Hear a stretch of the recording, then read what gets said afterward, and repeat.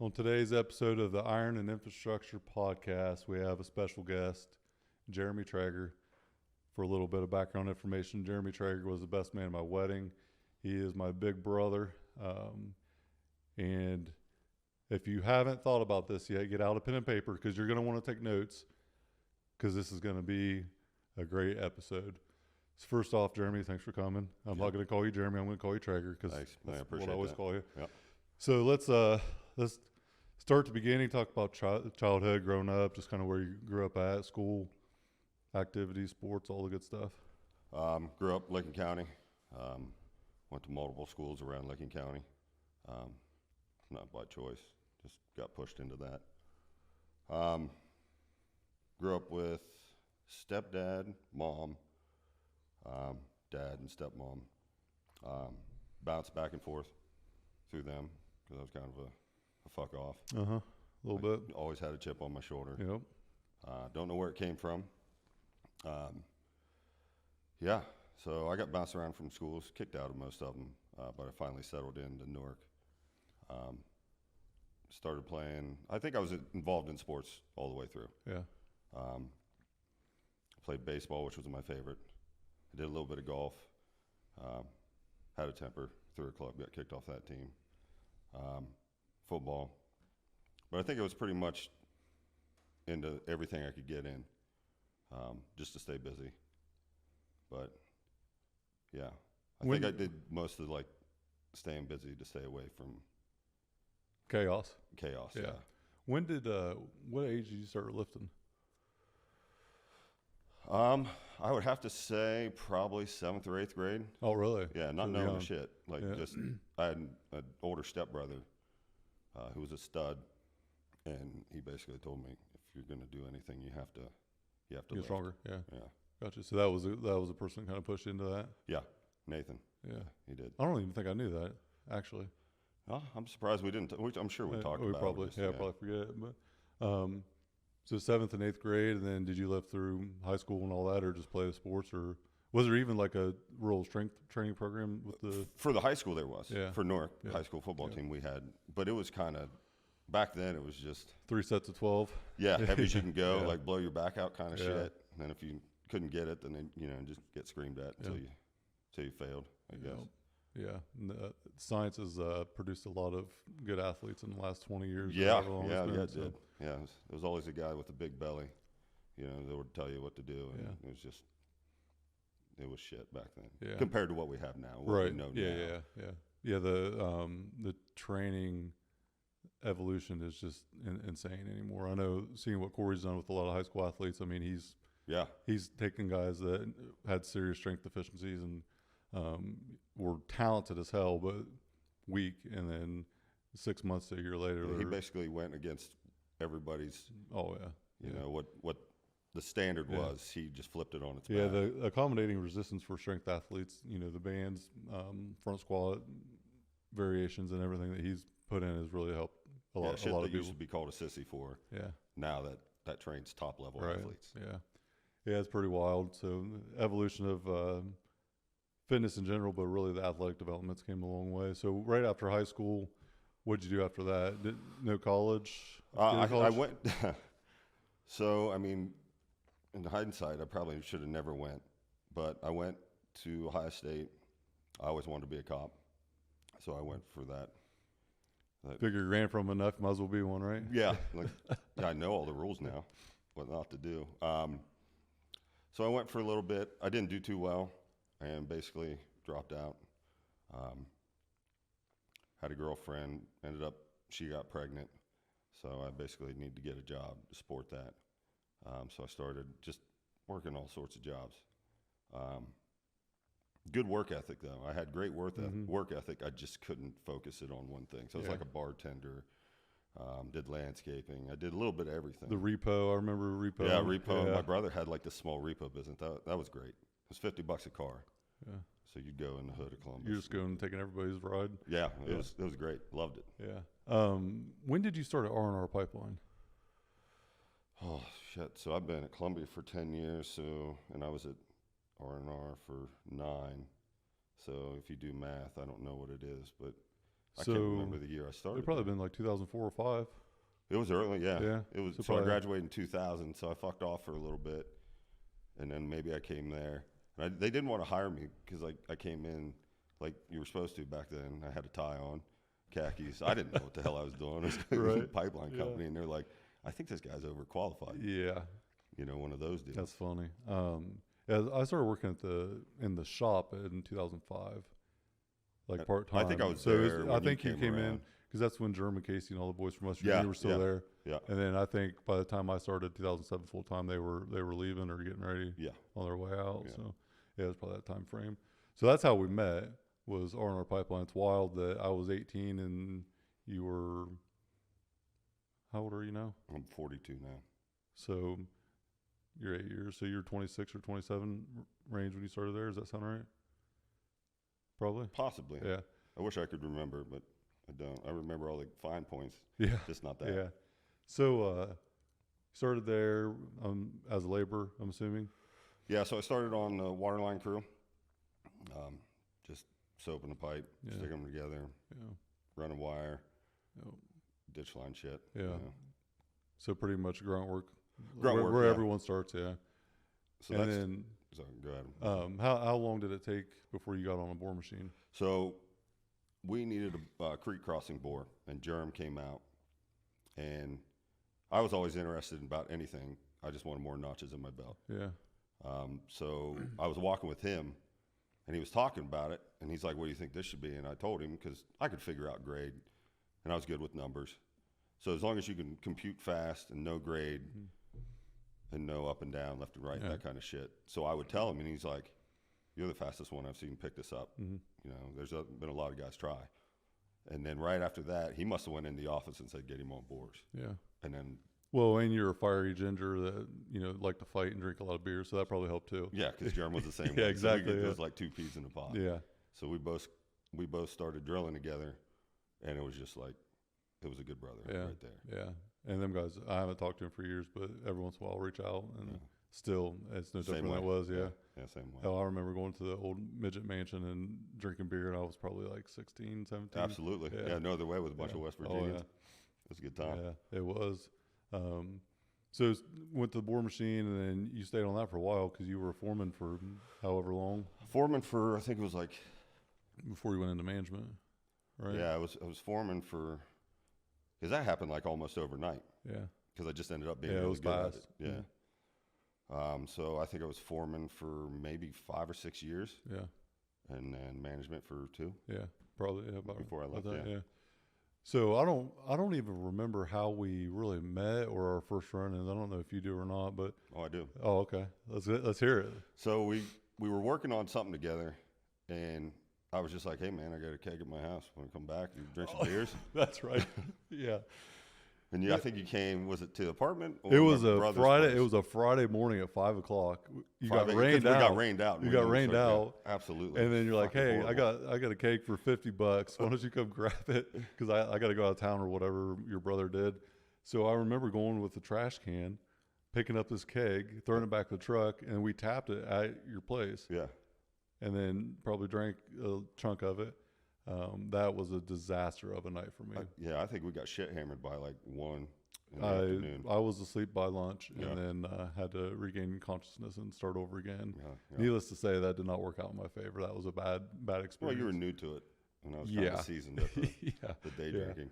Yeah, I forgot all about that. That's funny. Yeah, that was etched. Yeah, and then after that, I think it was nonstop brotherhood after that. Absolutely. We went out of town together. Woodsfield area, Caldwell. Yep. You were there, and we both trained. Majority of the time, we always trained, even though we drank beer every night for a while. Yeah, protein. So we would stay up and build a beer castle, and then wake up early and train and sweat it out. And that was one thing about us in our industry. We were degenerates, like majority of people in the industry, but we still got the iron, and we still wanted to at least have that mental relief. We were committed when nobody else was to what we wanted to be.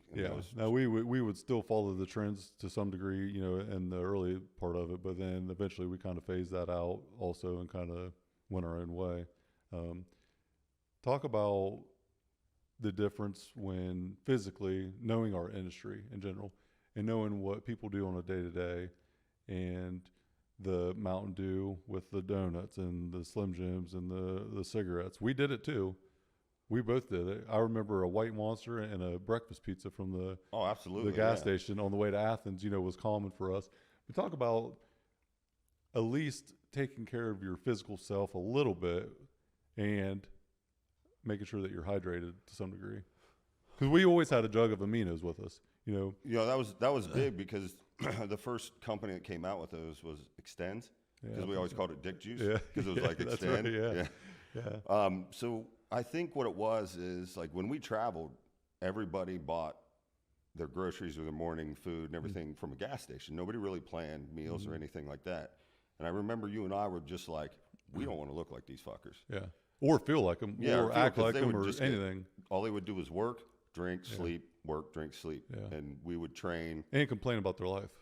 Yeah. It was a mindset looking thing like too. dog shit and feeling like dog shit, but we could still run like circles around them because we were taking care of our fitness. And we did, because we were both foremen and we evolved fast. We did. Well, our mindset was way different. Yes. Because they didn't want to do anything. They just wanted to do the same thing, get a paycheck, blow it. Yeah. Paycheck to paycheck. Right. I didn't want to do that. You didn't want to do that. So I felt like that was our motivation to be bigger, faster, stronger, and better than what we're used to and what's in our that industry, because that was just the norm. Right. And we didn't want to be the norm. And we did it, for probably 3 or 4 years on the same job sites. You were already a foreman, I was up and coming, and we would stay late frequently. We would put in extra time, not just to get paid, but to take that next step, right? We knew that. Well, we were cleaning up everybody else's dog shit. Exactly. And we also knew that there has to, if our input of our craft to get to the next level. So if we spend more time doing it, we have to accelerate our career path, right? Whether we were aware of that or not, I think it was just a natural thing for us to work harder. But the more time that you spend on something, the more likely you are to succeed at it. Right. So we just kept showing up. We kept spending extra time. And I remember nights, eventually like in Albany or outside of Athens, when we had that massive project, and you would help me at night, like going through the detail of the job, trying to plan out the next day, figuring out, some of the scenarios. And I think that was when our brotherhood really hit like peak, because I was a young foreman. I had just got in trouble. I had lost my license. Yeah. I was in all kind of trouble with that. A few months of getting through that, and then you were like that support system there for me. And you were there majority of that job, I think. I mean, there was hit and miss some when you were doing some other stuff. But I would get pulled to other jobs, but yeah. But for the most part, we were there, and we always stayed at the Holiday Inn. Yeah. Room 101. Yeah. And we had a home there almost. I mean, we could have probably left our clothes there, and it would have never been any different. 6 days a week, bud. But we had a schedule that started as a baseline of we're going to lift a couple days a week, to challenging each other to get it in again at night. And I remember there would be nights, especially when you snored, and I threw the lampshade at you and the kitchen sink and everything else. Boot. But I remember sitting there at night, and I was so tired, but I would not admit it. I was like falling asleep. I was barely conscious, and I was like, I'm not telling him. I'm too tired to even like tell him that I'm not tired, but I'm not going to bed till he does. Like, we challenge each other in a lot of different ways. If I didn't want to go to the gym, you would kick my ass to go to the gym, and vice versa, because we would work longer. Our work ethic was superior. Way different than 9. It was 1%. Yeah, it was way different. Yeah. So we're staying in Athens, and I don't remember exactly how it happened, but we had you met Corey at the Arnold, I think, for the first time when he was at Muscle Farm. Me and you we were standing in line, and he came up and he's like, Jake, what's up, dude? I was like, yo, G, what's up? He's like, what are you doing? And I'm like, man, I was waiting in line to come see you. And he took us. Remember, after that, we went up top in the Muscle Farm booth and walked around the Arnold with him for a while. Yeah. I think that was the first time that you met him. And then we started the Busy Diet not long after that, 10 years ago. Yeah. And ended up doing it for 3-4 months, whatever it ended up being. And the original busy diet was not the one that it is today. And it was god awful and difficult, to say the least.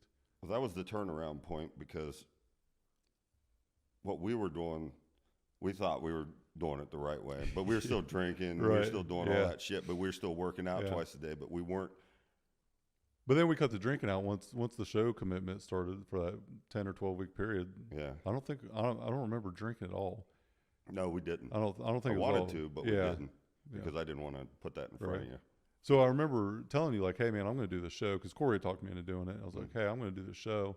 And you're like, well, shit, I'll diet with you. Yeah. And you did. And looking back now, thinking about, you know, whatever you did on the weekends, what little bit of weekend we had, you know, is what it is. But you fully committed to going in on that just because I did. Yeah, that was a brotherhood, man. And it was. And I could have never done that show. It was hard enough to do, you know, being in the environment that we're in. Mm-hmm. I would have never been able to do that had I sat there and watched you eat pizza or go to the happy hour every night. Yeah. And I remember we started doing CrossFit at that same time. Mm-hmm. So we're doing CrossFit and diet's dialed in. And then we had to survive very cheap because we didn't have money, right? Or we didn't have much money, but we figured out how to save probably a good chunk of money or blow it on something else, because we were very, very strategic with our shopping. All right, we would go to Walmart. We would have, you know, our days planned out. We would take stuff from the hotel. We would load up on that food. Like, it was very, very cheap. And I remember $60 a week is what I had to eat off of. Yeah, and combined we might have had 80. And I remember there was times where we didn't have anything left. Right. And we, you know, you struggle, but we had enough for our diet to get us through. Yeah. But there was no other extra. There was nothing. Yeah.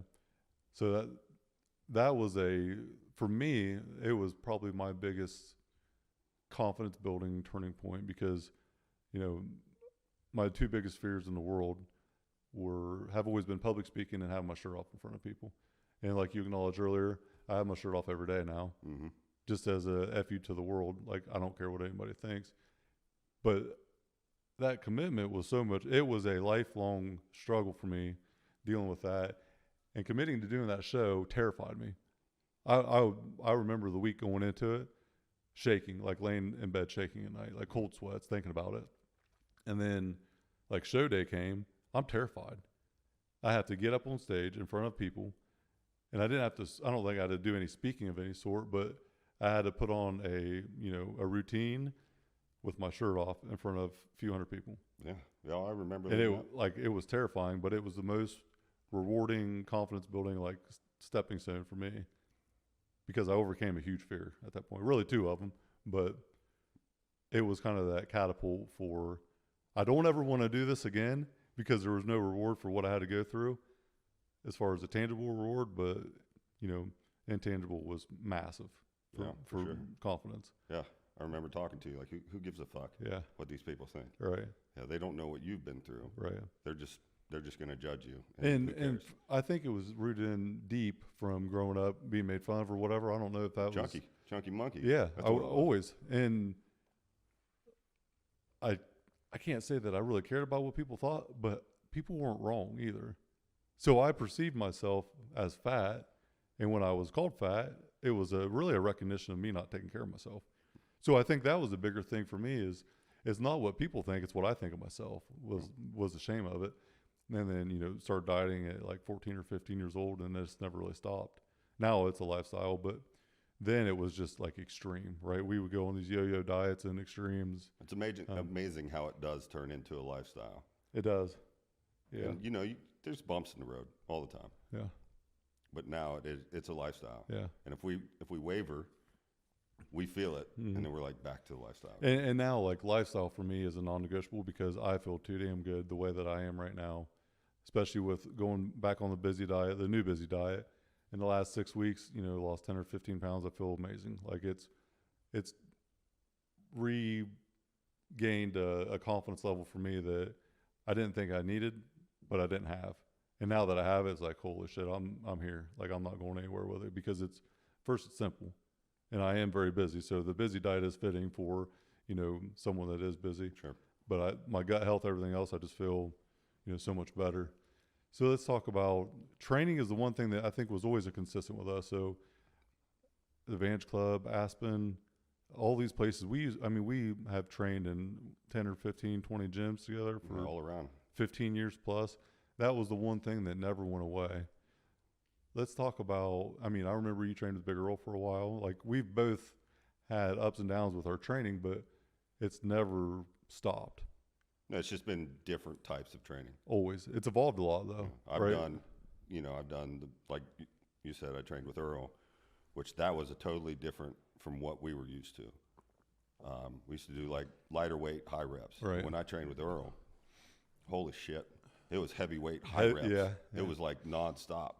And like I remember we did the Arnold Olympia workout, and it would take me, I don't know how I had this much time, but it would take me twice a day, 3 hours each time. Mm-hmm. And I still couldn't get it all in. Yeah. And it was the biggest and strongest. I wouldn't say the strongest, but it was the biggest I've been.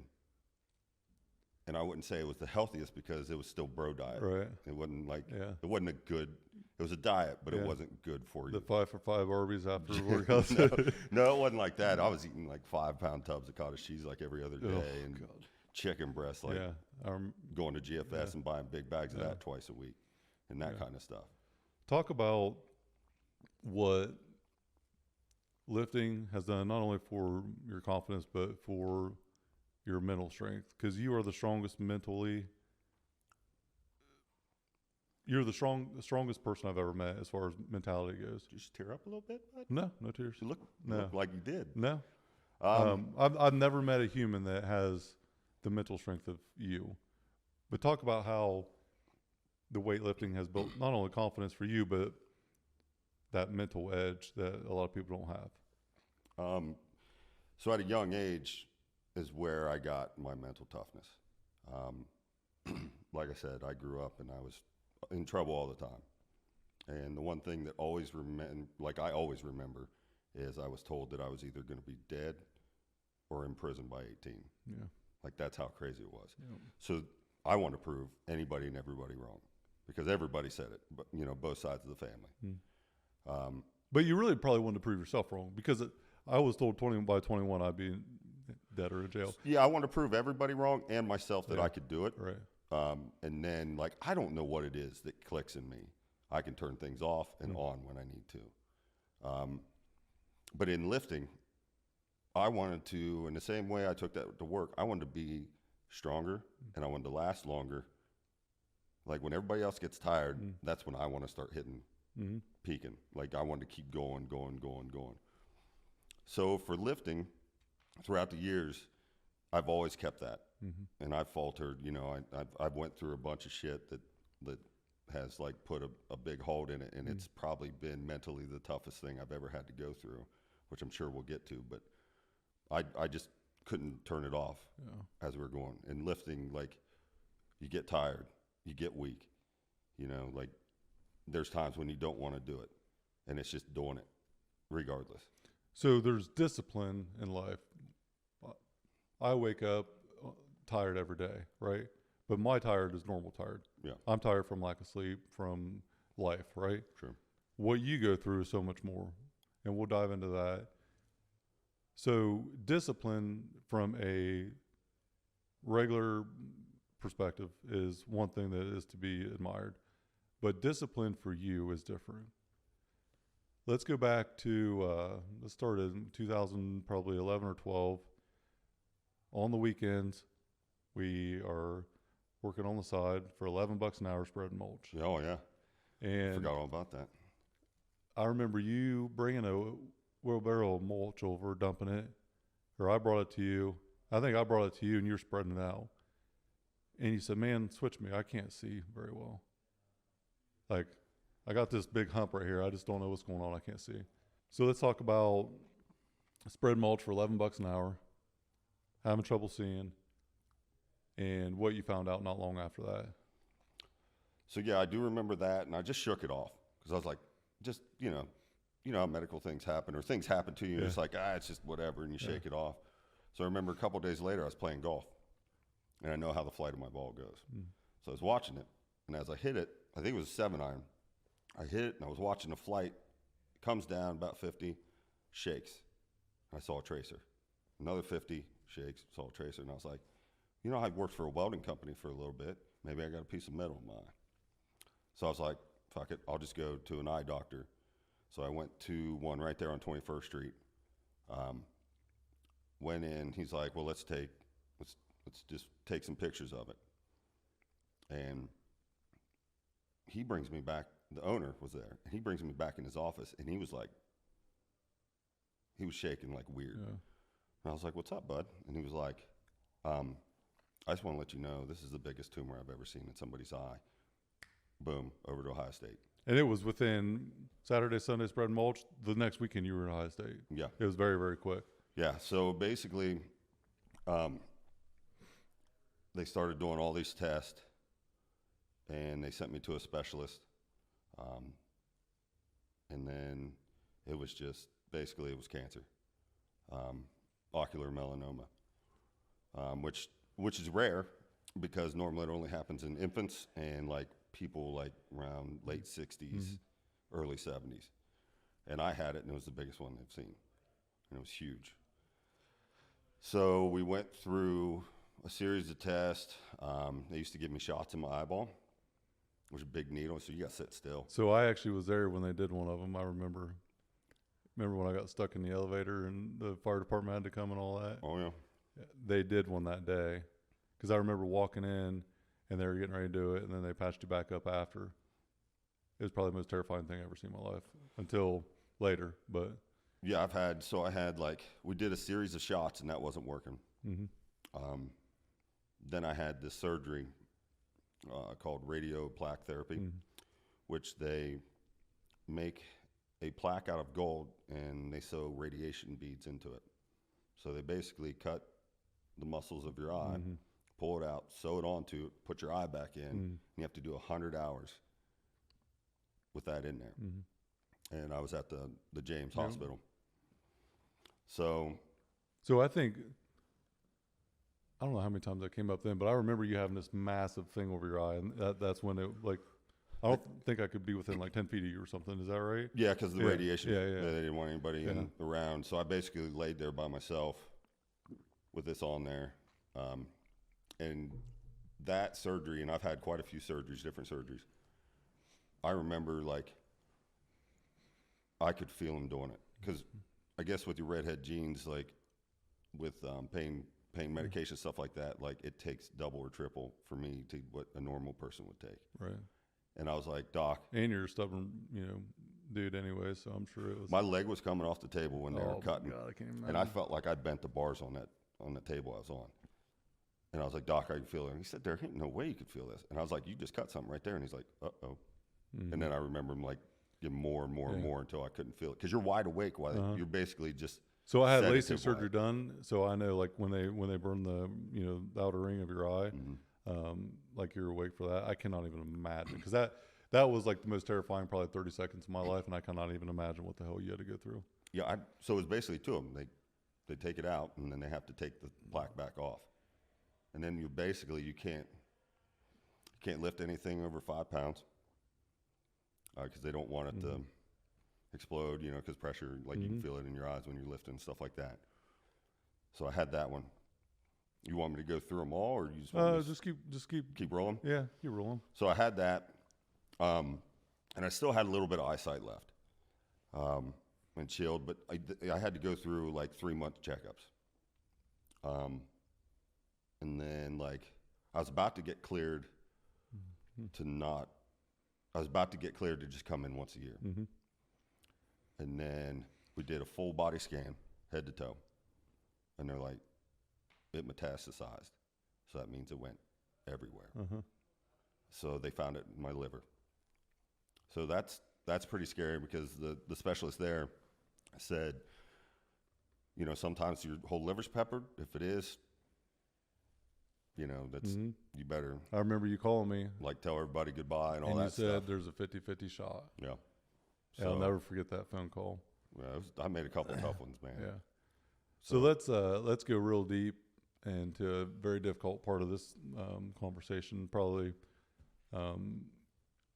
maybe more difficult for me, but obviously very difficult for you as well. So New Albany Roosters, I had already known about the liver. Mm-hmm.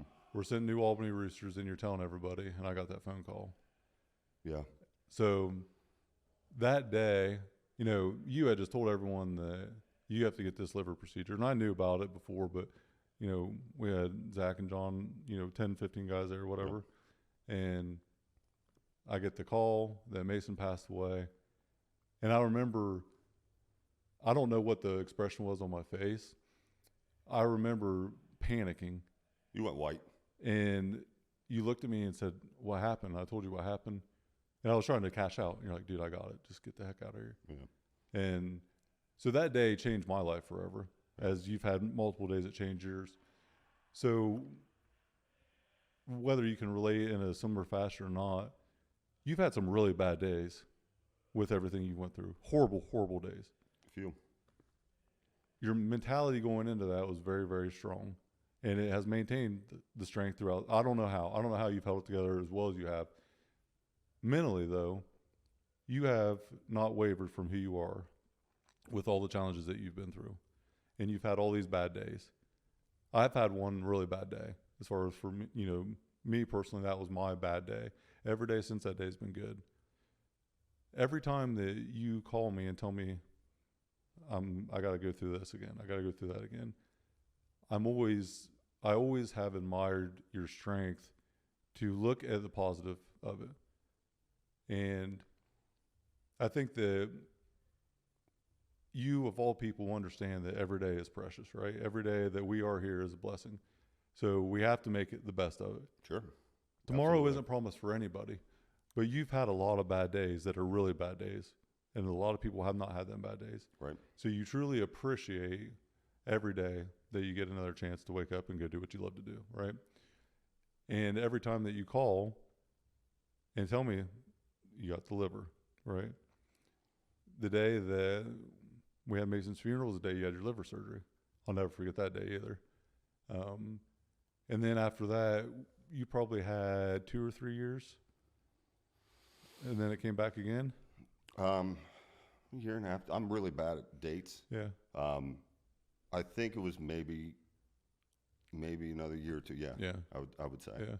So probably 2019 time frame, roughly, because 2017 was that time. So probably roughly 2019, 2018. You know, so the last 4 years since the liver, you've had 2 brain operations. I've had 2 craniotomies, multiple radiation treatments on my brain. So I think I have 12 to 15 tumors on my brain still to this day.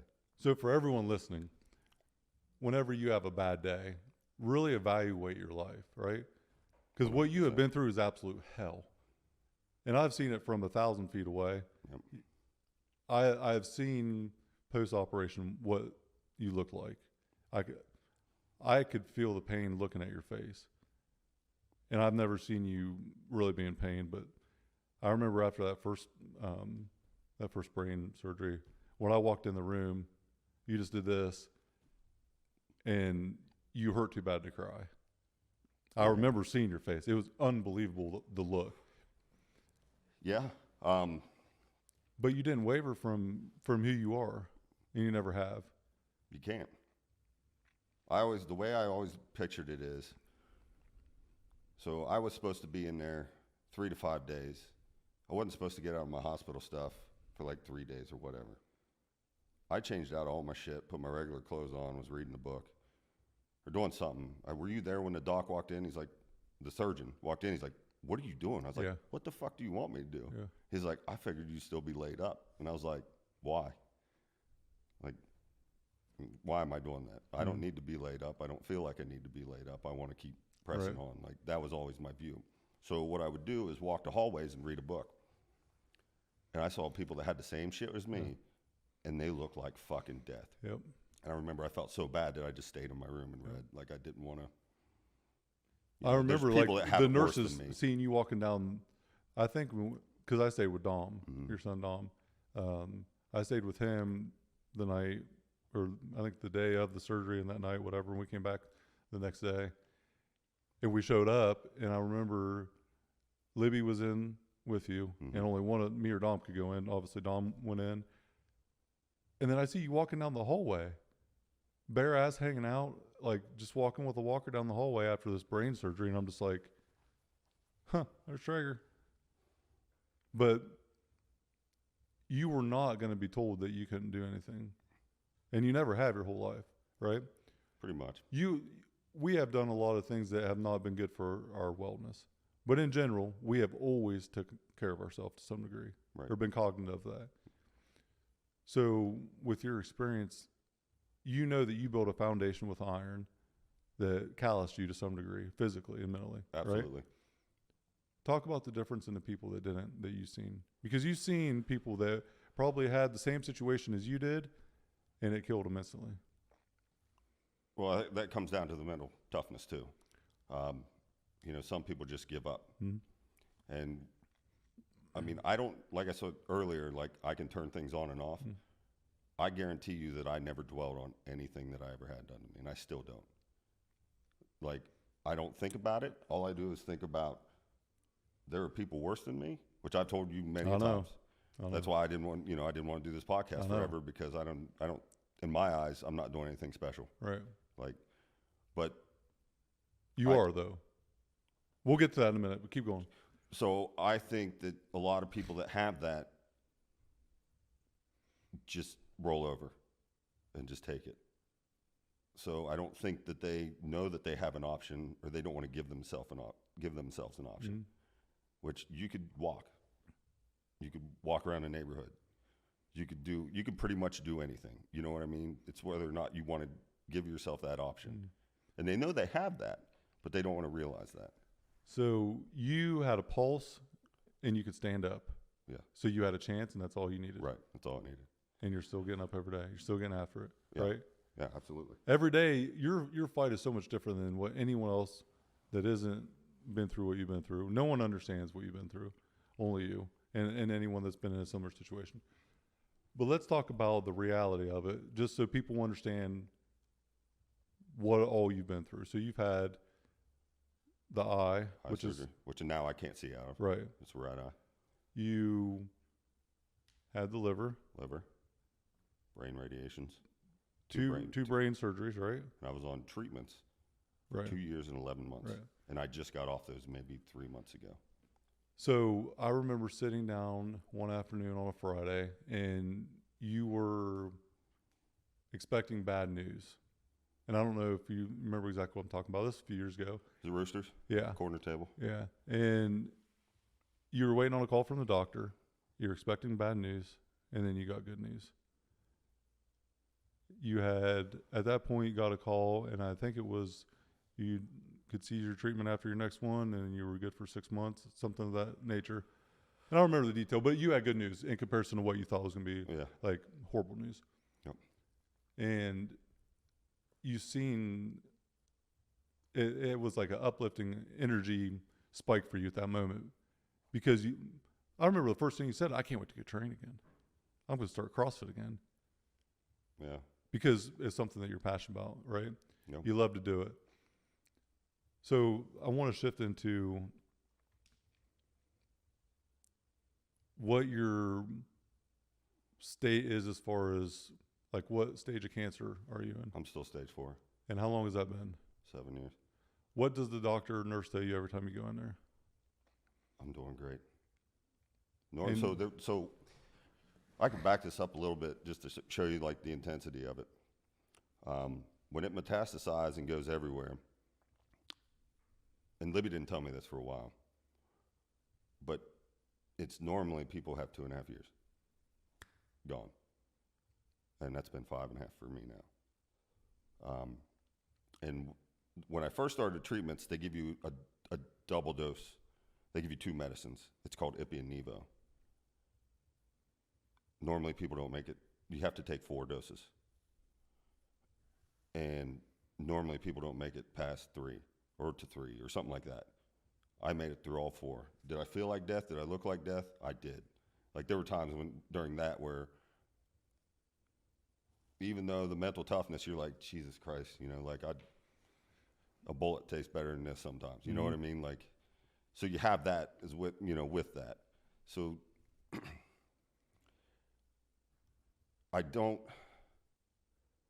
it's hard for me to explain because a lot of people don't have that to work with, you know, like for me to relay that to you. And I think this is actually the first time we've ever really delved into it. I forgot the question, bud. Well, sorry. Like the true like severity of your situation.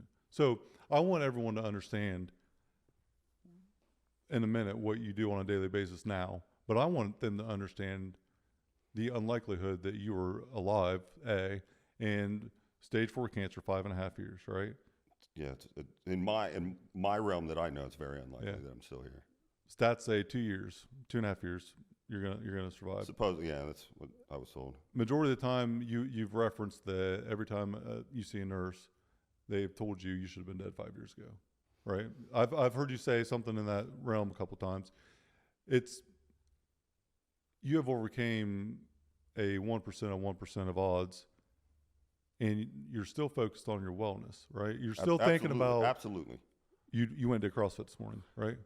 Yeah, I feel amazing when I go in the mornings. So now, it's hard. Don't get me wrong, it's hard as fuck, but I have to do it. So the discipline that you have is going to be superior to 99% of disciplined people, because 99% of disciplined people, probably higher than that, are not going through the same battles that you are. So from one brother to another, I've seen you when you're healthy before all this, and I've seen you now, and it's been an obvious challenge, but your mentality has not wavered. And for anyone out there that has a challenge in life, this is a good like thing to think about. But for someone that has been through hell, this is a prime example that you can do it. Because Corey talks about not doing anything special, he just doesn't miss, right? Mm-hmm. You have came out of the worst situation and still refused to miss. Not because you wanted to, because you felt obligated to for you.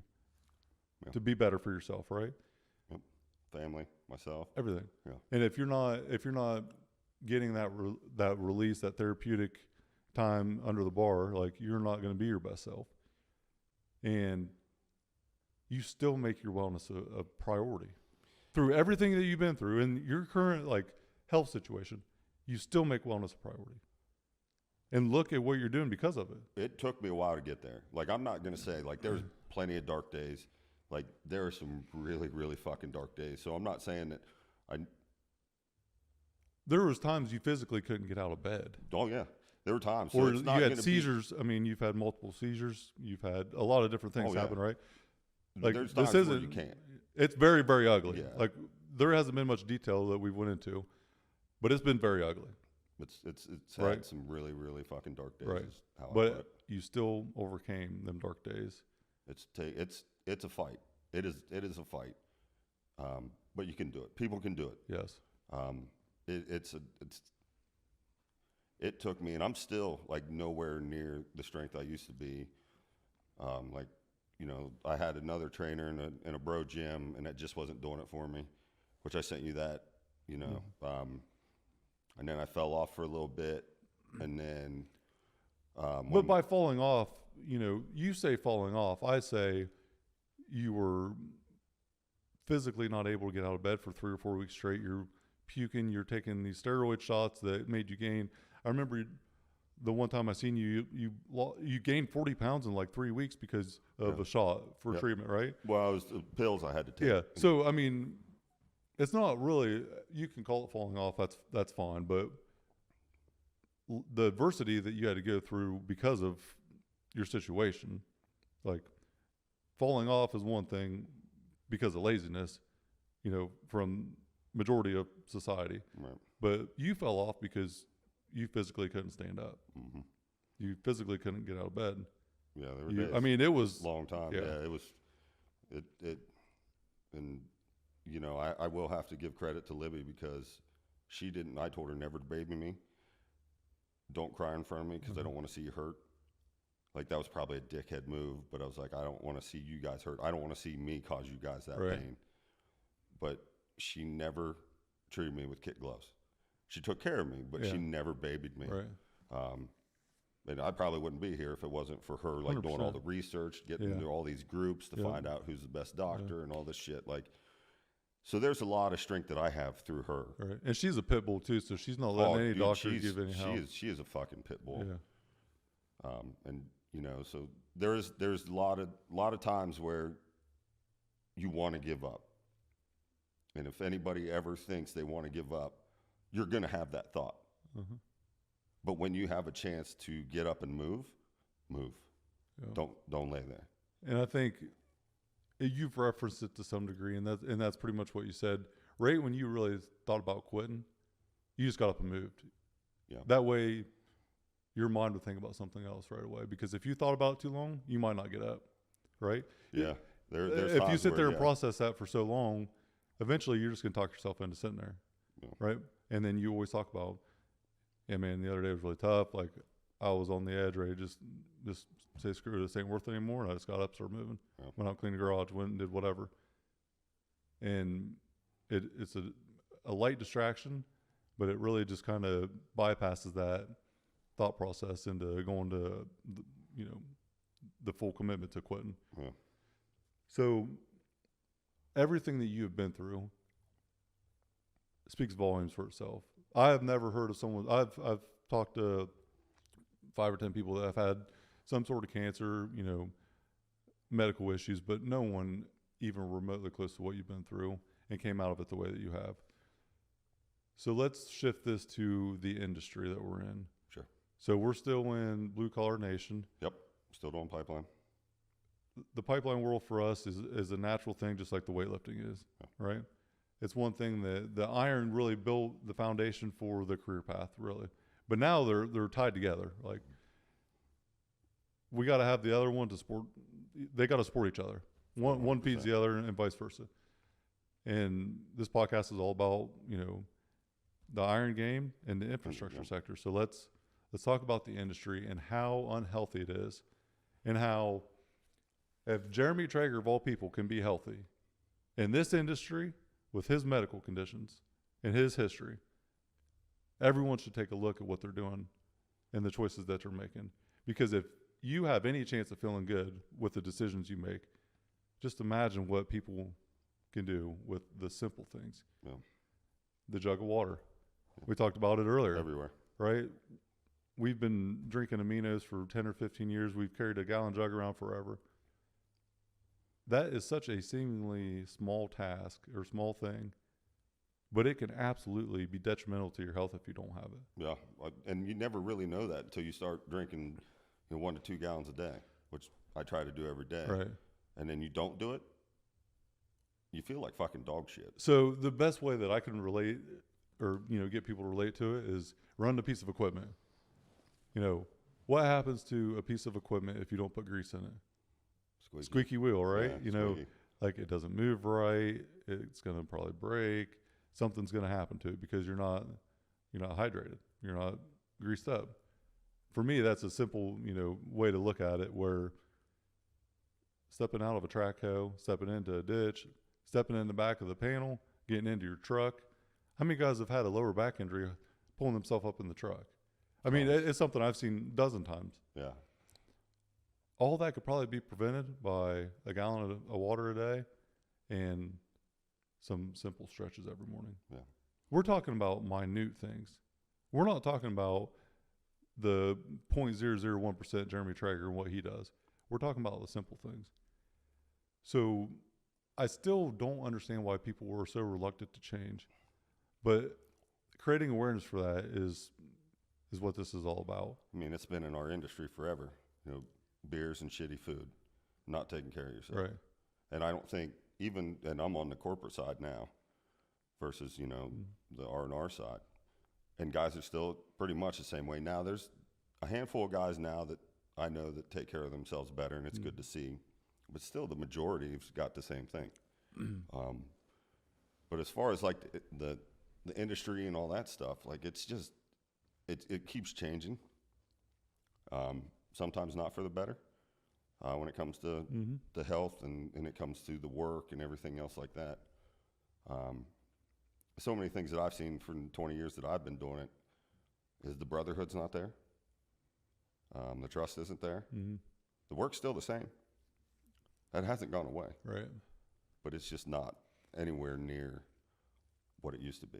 I don't know if you've recognized this or seen this any, or if this is just a individual, like one-off for me, but there used to be a huge separation between field and office, right? So, you know, the people in the field, you know, doing all the work, the office, huge separation. Now, maybe this is because I'm on the office side now and I've lost touch with reality. I don't feel that way, but maybe it is to some degree. Or it's one-off because of the culture that we've created at R&R. But there's so much pride in the old school Cowboys, right? Yeah. Like, how many times have you done something and then someone else took credit for it? It used to be common for me to present, you know, a solution for a problem, and then the person I presented to literally took what I put together and presented it to the client as their solution. In the field, it's still the same. So I don't think it's an industry thing. I think it might be just more like for us, or, you know, mentality that I've developed over time, because it's my success is not about me. It's about everyone else, right? It has to be. That's so where you're at. Yeah, my biggest goal in life is just to provide value for other people, and the success will follow. Yeah. And it's not like I open my door and shut your door, right? If there's an opportunity, I want to open my door and I want to open your door, and anyone else that's on the team, I want to open their door. Well, you've been a grunt, and you spent a good amount of time there, so you know what it feels like. You know, I'm still out in the field, so I'm still in ditches every day.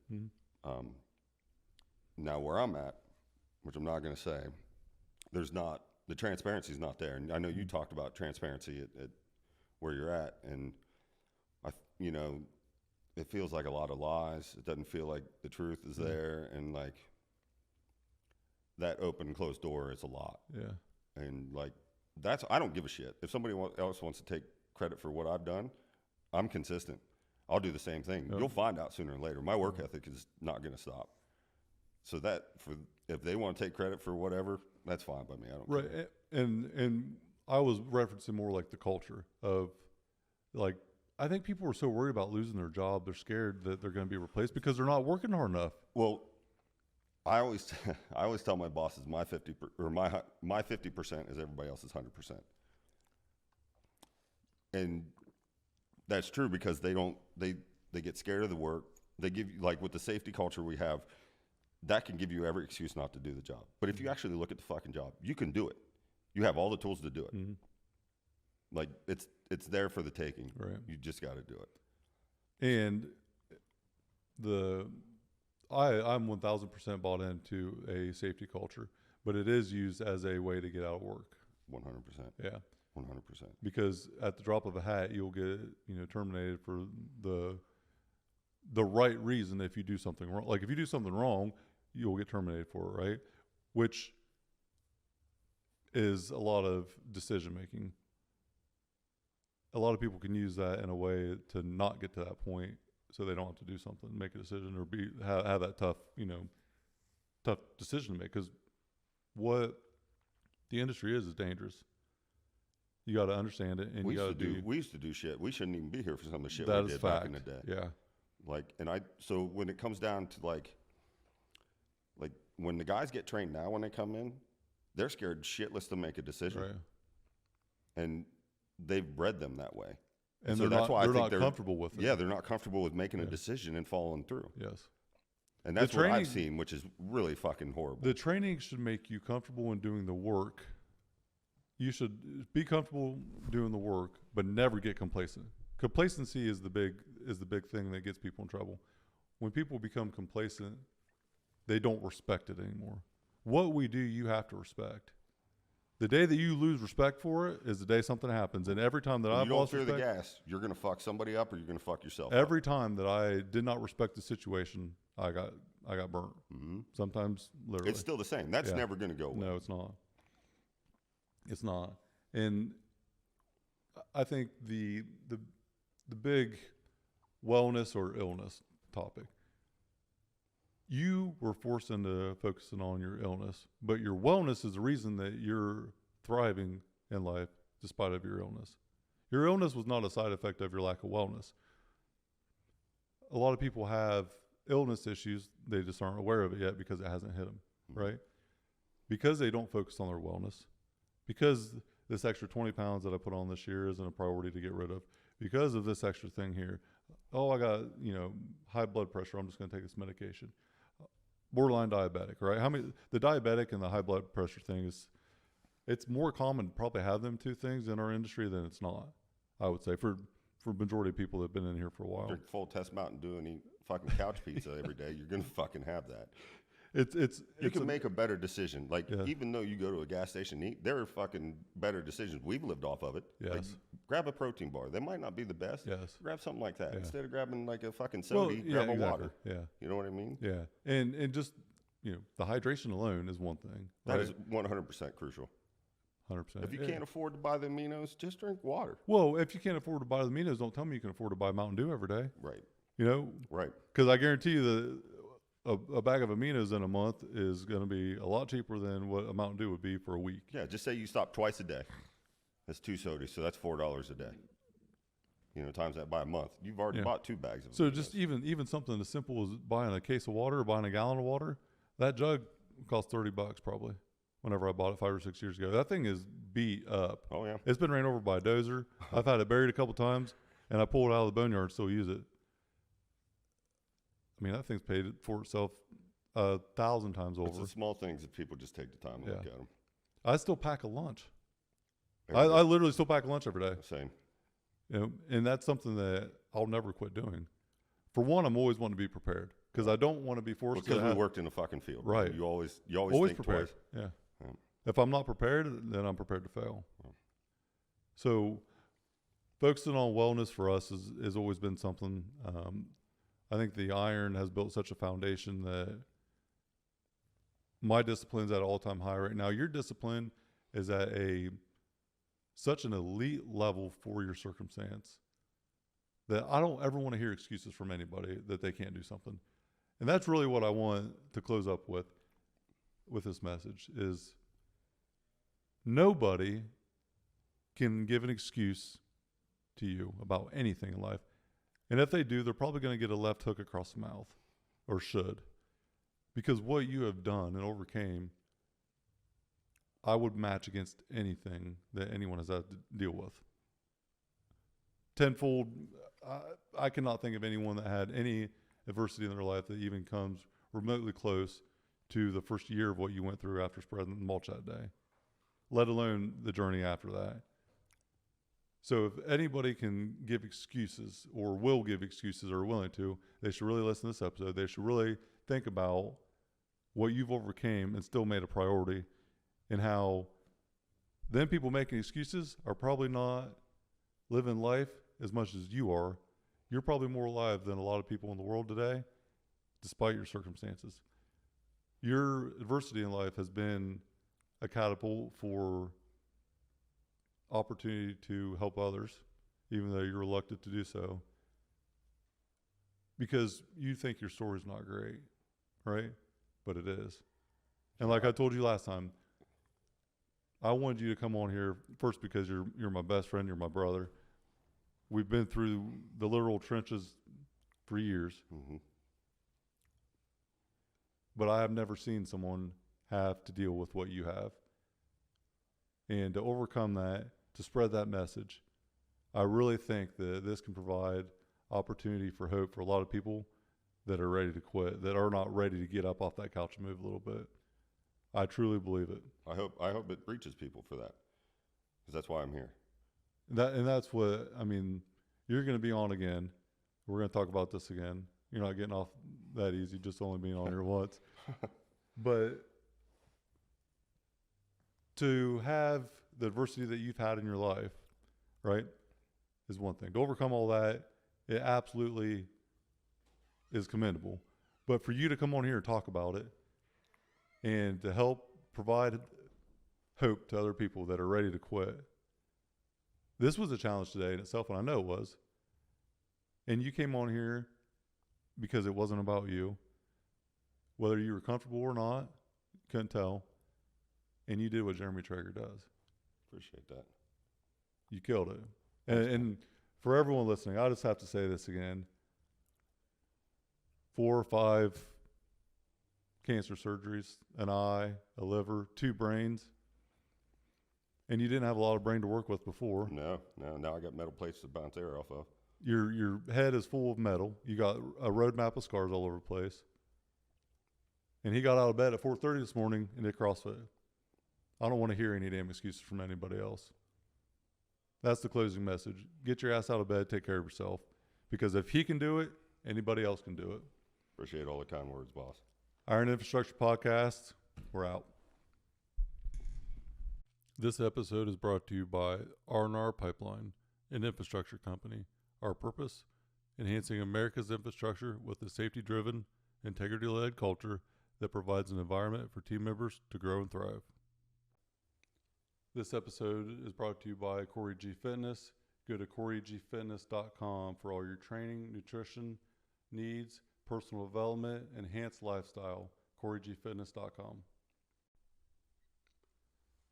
This episode is brought to you by Max Effort Muscle. For all your supplement needs, go to MaxEffortMuscle.com.